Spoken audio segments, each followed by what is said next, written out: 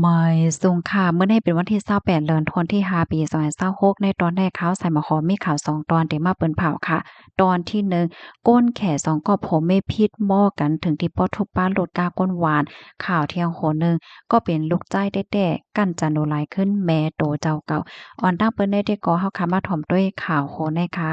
ก้นแข่2กอบพิษหม้อกันแฮ้งเมื่อวันที่26เดือนธันวาคมที่5ปี2026ใน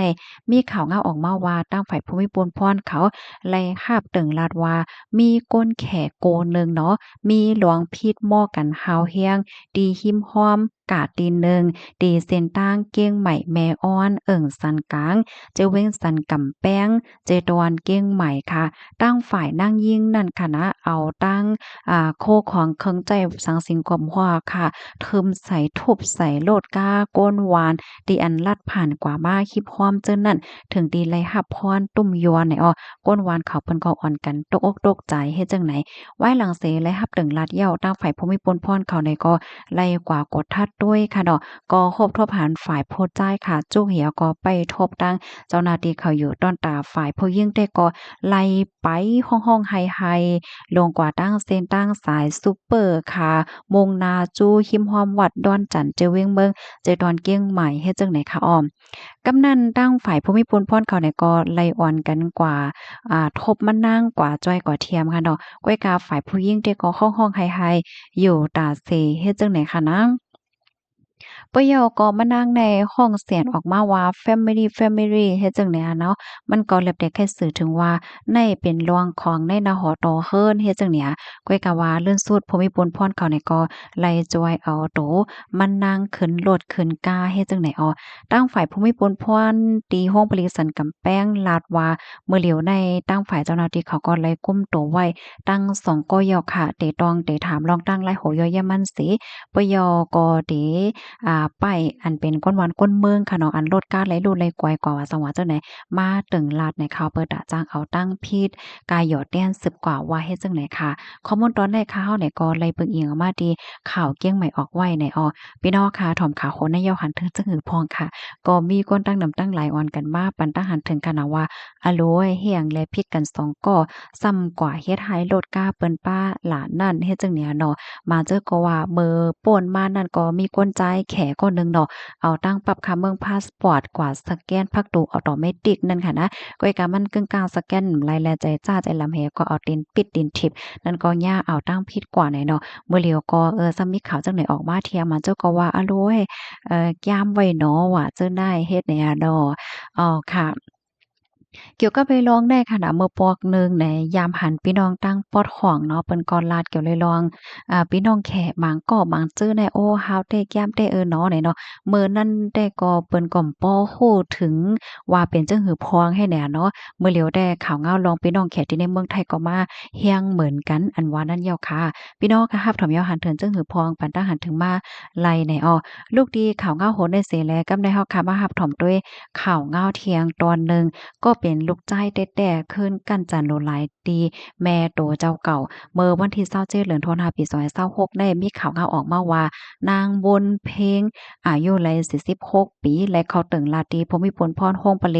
บานเดอเจเวงเกษตรสมบูรณ์เจดอนชัยพรมว่าเมื่อค่ำคืนวันที่25เดือนธันวาคมปี2026ที่ป่นมาเข่งข้าวยามกลางคืนหมวก9โมงนั้นเลยถูกย่านายเออายุ15ปี เป็นลูกจ้ายก่อเหล็กอันเมานำเมาและยาเมากำเข้ามาหลู่หลายกันจันมานั่งตีในห้องนอนไหนเพราะว่ามานั่งตื่นมากลางเจ้าของวันที่26นั่นก็ไล่กว่าอบโอ้ตั้งก้นวาน่ะเนาะว่าถูกย่าลูกจ้ายก่อเหล็กได้ขึ้นกันจันติเฮ็ดจึงหือจึงหาไหนเลื่อนสุดมานั่งก็ได้ตัดสินใจเสียวก็กว่าตึงลาตีโค้งปลิกบานเด้อนะคะกำนันตั้งฝ่ายภูมิพลพรเขาในก็ไล่ลงปื้นตีกว่าที่เฮิรนนางบนเพลงนั่นมานั่งก็ไล่อ่อนเอากว่าเนที่ใน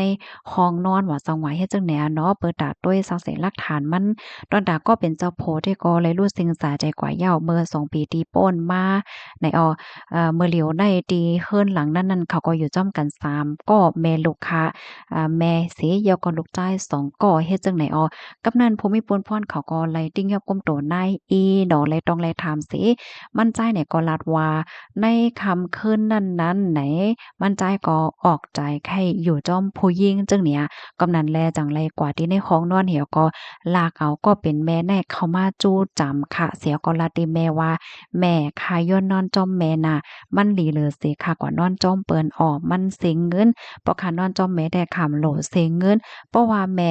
ย่อมค่ะไหนจึงค่ะได้เฮ็ดดีแม่นำเฮียงเหลือเสิไหนค่ะได้เฮ็ดให้ดีแม่เฮียงเหลือเสิไหนเฮ็ดให้น่ะเนาะเลื่อนสุดก็เป็นแม่ก็เปไหลเฮียงลูกจ้ายให้ก็ถูกย่าลูกจ้ายนั้นหลู่หลายกันจันกว่าว่าเฮ็ดจังไหนอ้อไล่ฮู้ว่าอ่อนจ้ายก็ในขณะเมื่อพ้องตีเฮียนเนี่ยก็มีลองเฮ็ดตั้งสร้างตีแค่ว่ายามว้อยเนี่ยเนาะมีลองผิดหม้อกันดังเอ้ยก็เอ้ยซีว่าสังว่าเจิ้นนายปะยอก็มีลวงยามเฮ็ดดีแม่เฒ่าที่ในหมู่ในวานว่าสังว่าเจิ้นนายเฮ็ดให้เอาเพราะว่ากลางค่ำมาเนี่ยก็มั่นใจในไล่ใจกินเกี่ยวหลอกก็กินน้ำเมากินยาเมากำว่าสังว่าเฮ็ดจังไหนป้าเฮ็ดไหนค่ะตั้งฝ่ายภูมิพลพรเขาเนี่ยก็ไล่เอาโตเนี่ยส่งกว่าที่ห้องผลิตบ้านเดอสีนอที่เอาตั้งผิดกว่าจ้ำหนังปักเปิงหมายมีวานเมืองมีนั่นว่าไหนค่ะอ๋อข้อมูลตอนในก็คาลิปีมาที่ห้องการข่าวสดออกไว้ค่ะเมื่อเหลียวในก็มีจอดมีเจมาติ๊กๆเหย้าไหนค่ะเนาะข่าวเงาอันนี้เป็นรองแต่ที่อันเกิดขึ้นเฮ็ดจังไหนอ๋อเพราะว่าเฮาค้ามาด้วย เกี่ยวกับลุยลวงพรให้พรจ่ายยาเมากำอันว่าในมันก็หลีโกได้เด้ค่ะเนาะพี่น้องเฮาค่ะยาเมากำอันว่าในมือไปกินแต่มันก็ไปมีอานาอ้อจาเนอโตเฮาเฮ็ดจังเนี้ยเนาะมื้อว่าแต่กินใหม่ๆนั่นไหนมันก็ป้อกาหือค่ะเนาะเพราะว่าแต่กินเหล้ากินเที่ยงเนี่ยจึงมันก็จับจ้อยกว่าเพราะว่าจับจ้อยกว่าเหย้าเพราะว่ามีก็อยู่ป้อมแค่แล้วเนาะ มันก็ไข้กินกว่าไข้กินกว่าติ๊กๆเพราะว่ากินดำแฮกหนายาวเนี่ยจึงมันก็เตื้อคือต่อป้ายว่นเตื้อคือต่อรองเฮ็ดสังนาการต่างงานของออกอว่าจังหวะเฮ็ดจังได๋เอากว่าเอามาก็ถึงตีซ้ำป้อมคู่ว่าก็เลยเป็นแม่ก็เลยเป็นไผในเฮ็ดฮอดลงกว่าเฮ็ดจังได๋ค่ะเนาะกำลังแล้วเฮาคาได้หันเลยว่าพรให้ยาเมากำว่าน้ำเมาน้ำเมาว่าจังได๋เนี่ยมันแห้งน่ะเพราะว่าเป็นไรได้ก็เงิงแน่ลีเหลือเสเปิ้นแน่เนาะอย่าไปให้เขาจู้จำ มันว่าเฮ็ดจั่งใดแย้วค่ะยินจมูกก็ที่รับถอนปันแห้งค่ะออกมาส่งค่ะ